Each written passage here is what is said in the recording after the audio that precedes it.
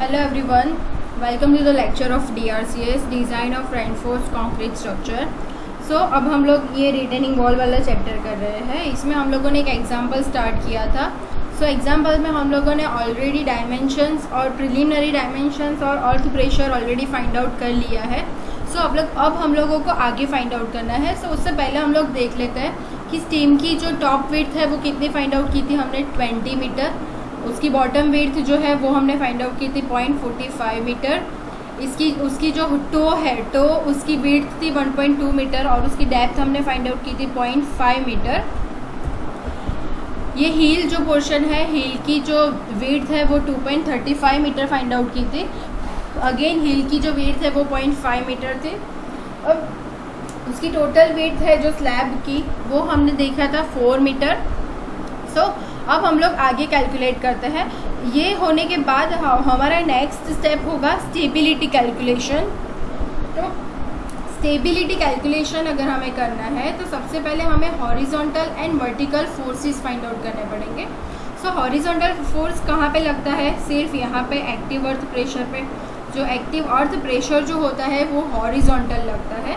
अगर हमें horizontal load find out करना है बेसिकली लोड का इक्वेशन है कि ए इंटू गैमा इंटू एच. ठीक है. इसलिए हमें कितना मिला 40.2 किलो न्यूटन.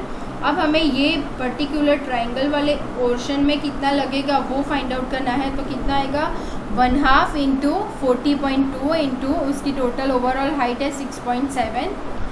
ये हो गया 1/2 इंटू 40.2 इंटू 6. ये क्या मिला हमें horizontal load. Perpendicular distance from A देखना है. ये ए है, उससे उसका परपेंडिकुलर डिस्टेंस कितना होगा. ए से परपेंडिकुलर डिस्टेंस का कितने पोर्शन पे लग रहा है वो लोड h/3 पे. h टोटल हमारा है 6.7 और लोड है 3. h/3 कितना मिला 2.23 मीटर. अब हमें मोमेंट फाइंड आउट करनी है. Moment about A find out करने के लिए हम लोग क्या करेंगे? मोमेंट क्या है? Load into perpendicular distance. Load हमारा कितना मिला था 134.67 इंटू 2.23. हमें कितना मिलेगा 300.31 किलो न्यूटन इंटू मीटर.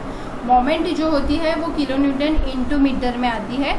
उसको हम लोग MO करेंगे, मतलब कि ओवर टर्निंग मोमेंट. और ये जो लोड है, ये जो हमें लोड मिल रहा है वो क्या है? हमारा स्लाइडिंग फोर्स है. ठीक है. हमें overturning moment and sliding force मिल गया. अब हम लोग कैलकुलेट करेंगे वर्टिकल लोड्स. ठीक है. वर्टिकल लोड्स कहाँ कहाँ पे लगेगा? तो सबसे पहले स्टीम पे लगेगा, ये स्लैब पे लगेगा, शीयर की पे लगेगा और बैकफिल में लगेगा. ये 4 जगह पे हमारा वर्टिकल लोड लगेगा. स्टीम पे अगर वर्टिकल लोड फाइंड आउट करना है तो उसको हम 2 पार्ट में डिवाइड कर देंगे. फर्स्ट पोर्शन है हमारा रेक्टेंगुलर पोर्शन और सेकेंड है हमारा ट्राइंगुलर पोर्शन. ठीक है. रेक्टेंगुलर पोर्शन का अगर एरिया हमें मतलब ये जो पर्टिकुलर रिटेनिंग वॉल है उसका अगर हमें लोड फाइंड आउट करना है, मतलब कि डेड लोड फाइंड आउट करना है, तो कैसे करेंगे? तो उसका एरिया इंटू उसकी डेंसिटी से मल्टीप्लाई करेंगे एरिया को. हमें क्या मिलेगा? लोड. ठीक है. कंक्रीट की डेंसिटी कितनी होती है? 25 किलो न्यूटन पर मीटर क्यूब. और ये जो बैकफिल है, मतलब कि यहाँ पे जो बैकफिल है उसकी हमें ड्राई डेंसिटी कितनी दी है? 18 किलो न्यूटन पर मीटर स्क्वायर. ठीक है. ये डेंसिटी को हम लोग ये लोड कैलकुलेट करने में यूज़ करेंगे. सबसे पहले W1 लेते हैं. W1 की हाइट, मतलब ये रिटेनिंग वॉल की हाइट कितनी है? वो 6.2. स्टीम की हाइट तो 6.2 बाय 0.2 इंटू 25. ठीक है. 6.2 इंटू 0.2 इंटू 25. हमें मिल गया W1. Same as W2 find out करना है तो ट्राइंगुलर पोर्शन है, उसका एरिया आएगा 1/2 इंटू उसकी बेस विड्थ कितने हैं 0.25 इंटू 6.2 इंटू 25. मतलब हमें W2 कितना मिला 19.375. अब हम लोग देखेंगे W3. W3 कहाँ पे लग रहा है? ये स्लैब वाले पोर्शन में. ठीक है. ये स्लैब वाले पोर्शन का एरिया अगर फाइंड आउट करना है तो कैसे करेंगे? 4 उसकी विड्थ है और 0.5 उसकी डेप्थ है. 4 इंटू 0.5 इंटू 25. हमें मिल जाएगा W3. सेम एज W4 है शीयर की तो शेयर की का एरिया कितना है, हमने शेयर की का एरिया कितना प्रोवाइड किया था, सो 0.45 बाय 0.50 की शेयर की है, सो इंटू 25 मतलब हमें W4 मिल जाएगा। अब बैकफिल, सो बैकफिल का एरिया कितना है, सो बैकफिल कितने पोर्शन में है, ये 2.35 बाय 6.2 इंटू बैकफिल, यहाँ पे 18 क्यों मल्टीप्लाई किया है, क्योंकि बैकफिल जो है वो अर्थ मटेरियल का है और सॉइल की डेंसिटी कितनी दी है हमें, 18 किलो न्यूटन पर मीटर क्यूब, ठीक है। सो यहाँ पे इसलिए 18 से मल्टीप्लाई किया है, सो हमारा W5 हो गया 262.26। सो ये जो टोटल लोड मिला हमें वो कौन सा लोड है, डाउनवर्ड लोड। अब हमें क्या देखना है, परपेंडिकुलर डिस्टेंस फ्रॉम ए। सो वापस से हम लोग फिगर में जाएंगे। अब ये W1 है, वहाँ पे उसका CG कहाँ पे आएगा, तो सेंटर पे आएगा रेक्टेंगुलर का CG। तो ये लोड कहाँ पे लग रहा है, यहाँ पे 0.1 पे, ठीक है। सो फ्रॉम ए डिस्टेंस, ये ए है, सो ए से यहाँ तक का डिस्टेंस कितना है वो हमें फाइंड आउट करना है। सो सबसे पहले 1.2 प्लस 0.25 प्लस 0.1, ठीक है।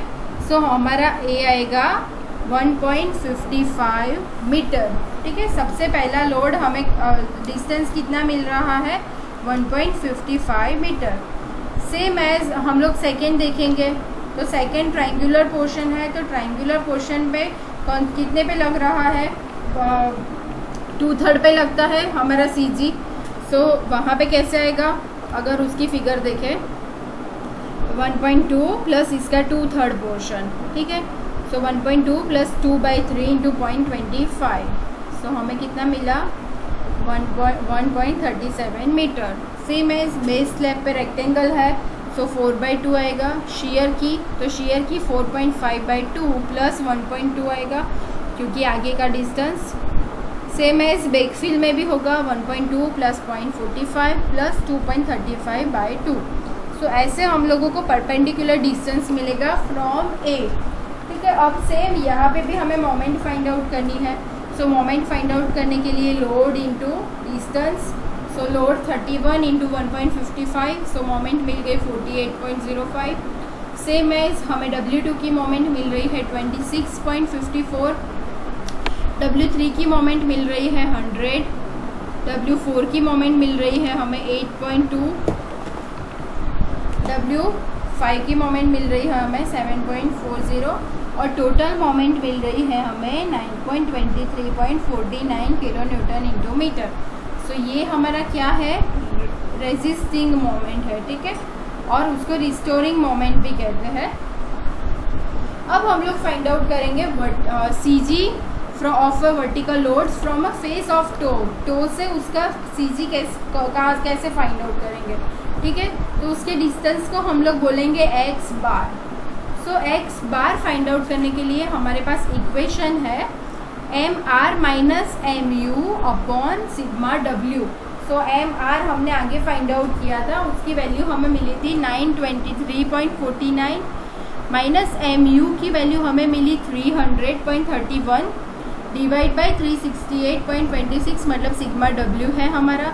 सो x बार की वैल्यू हमें कितनी मिली 1.69 मीटर। अब हम लोग फाइंड आउट करेंगे एसेंट्रिसिटी मतलब कि स्मॉल e का इक्वेशन है B/2 माइनस x बार। सो B हमारे पास है 4, 2 और x बार की वैल्यू हमने फाइंड आउट की, सो हमें E की वैल्यू मिली 0.31 मीटर। अब हम लोगों को फाइंड आउट करना है maximum pressure. So basically maximum pressure कहाँ पे लगेगा ज़्यादा, हम लोग फिगर में अगर देखें तो यहाँ पे मैक्सिमम प्रेशर ज़्यादा है और यहाँ पे प्रेशर कम है। सो मैक्सिमम प्रेशर टो पे लगेगा और मिनिमम प्रेशर हील पे लगेगा, ठीक है। सो P मैक्सिमम और P मिनिमम फाइंड आउट करने के लिए इक्वेशन है sigma W/B 1 plus sigma E/B। तो सारी वैल्यू हमारे पास है, वैल्यू पुट करेंगे और आंसर मिला हमें 134.86 किलो न्यूटन पर metre square at toe. Same as minimum pressure find out करने के लिए इक्वेशन तो सेम रहेगा, सिर्फ 1 माइनस हो जाएगा, आगे प्लस था।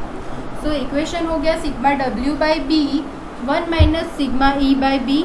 सो इक्वेशन में वैल्यू पुट करेंगे और हमें आंसर मिला 49.25 किलो न्यूटन पर मीटर स्क्वायर। अब हमारा जो प्रेशर है वो सेफ है कि नहीं वो कैसे फाइंड आउट करेंगे? सो हमारे पास जो सॉइल बेरिंग कैपेसिटी दी है उससे हमारा जो पी मैक्सिमम आ रहा है वो कम होना चाहिए और पी मिनिमम है वो 0 से ज़्यादा होना चाहिए। सो यहाँ पे SBC हमें 175 दिया था, लेकिन हमें पी मैक्सिमम कितना मिला? 134.86, मतलब कि हमारा सेफ है। और यहाँ पे क्या है? 49.25 मिल रहा है जो 0 से ज़्यादा है, मतलब कि ये नेगेटिव नहीं है। सो कोई भी टेंशन बेस पे लग नहीं रहा है, ठीक है। अब हमें क्या करना है? स्टेबिलिटी कंडीशंस चेक करनी है। सो स्टेबिलिटी कंडीशंस चेक करने के लिए सबसे पहले कौन सी कंडीशन है? Factor of safety against overturning. So overturning find out करना हो, ओवरटर्निंग स्टेबिलिटी, उसके लिए हमारे पास इक्वेशन था Fs = mr/n0 और वो 1.55 से ज़्यादा होना चाहिए, ठीक है। हमने आगे देखा था ना थियरी में, factor of safety against overturning.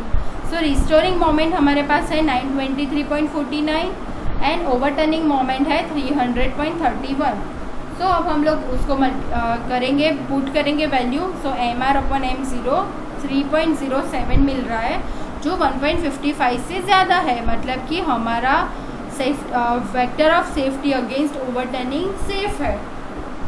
अब हमें फाइंड आउट करना है factor of safety against sliding, ठीक है। सो स्लाइडिंग फोर्स हमने आगे फाइंड आउट किया था, वो कितना था? 134.67। अब factor of safety against sliding अगर फाइंड आउट करना है तो उसका इक्वेशन है restoring force upon sliding force. अब हमें क्या करना पड़ेगा? रिस्टोरिंग फोर्स फाइंड आउट करना पड़ेगा। सो रिस्टोरिंग फोर्स का इक्वेशन है friction force plus small pp, मतलब कि प्रेशर, पैसिव प्रेशर। तो सबसे पहले हम लोग फ्रिक्शन फोर्स फाइंड आउट करेंगे।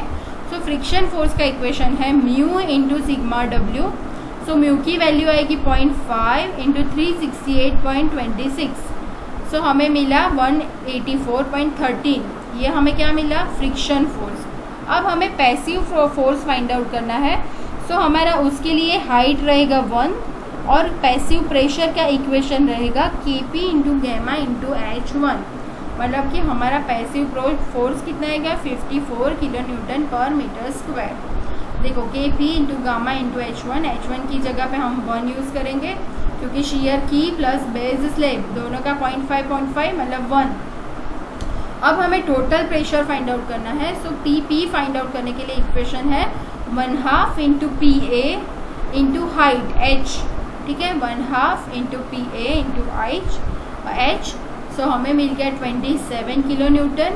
सो टोटल रिस्टोरिंग फोर्स हमारा है, उसका इक्वेशन मैंने बोला था आपको mu into sigma W plus PP, मतलब कि म्यू इंटू सिग्मा डब्ल्यू हमें मिला था 184.13 प्लस PP 27।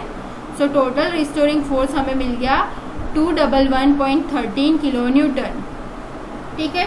अब हमें फाइंड आउट करना है factor of safety against sliding. So Fs = restoring force upon sliding force, मतलब रिस्टोरिंग फोर्स हमारा था 211.13 डिवाइड बाय स्लाइडिंग फोर्स हमें मिला 134.67। सो वो हमारा 157 है, मतलब कि 1.55 से ज़्यादा है। सो ये हमारा सेफ है। अब ये तो हो गया स्टेबिलिटी चेक। अब आगे के स्टेप होंगे डिज़ाइन। जैसे कि एग्जाम्पल में अगर आपको ये एग्जाम्पल पूछा है तो उसमें आपको सारे के सारे जो कंपोनेंट्स है उसकी डिज़ाइन नहीं करनी है। जैसे कि आपको बोला है कि आपको स्टीम की डिज़ाइन करनी है तो सिर्फ स्टीम से ही स्टॉप हो जाना है। अगर आपको बोला है कि हील एंड टो की डिज़ाइन कीजिए तो आपको हील एंड टो की डिज़ाइन करनी है, स्टीम की डिज़ाइन को स्किप करना है। बट यहाँ तक का जो मैंने करवाया है आपको वो तो आपको कंपलसरी करना ही है, ठीक है। सो स्टेबिलिटी चेक तक तो सारे एग्जाम्पल में करना है और डिज़ाइन आपको जो भी कंपोनेंट की पूछी है उसकी ही करनी है। सो अब हम लोग नेक्स्ट लेक्चर में एक एक कंपोनेंट की डिज़ाइन लेंगे। सो आप लोग यहाँ तक की प्रैक्टिस कीजिए, उसके बाद मैं नेक्स्ट लेक्चर में आपको design of stem, design of heel and design of toe सिखाऊंगी। Thank you so much for listening guys.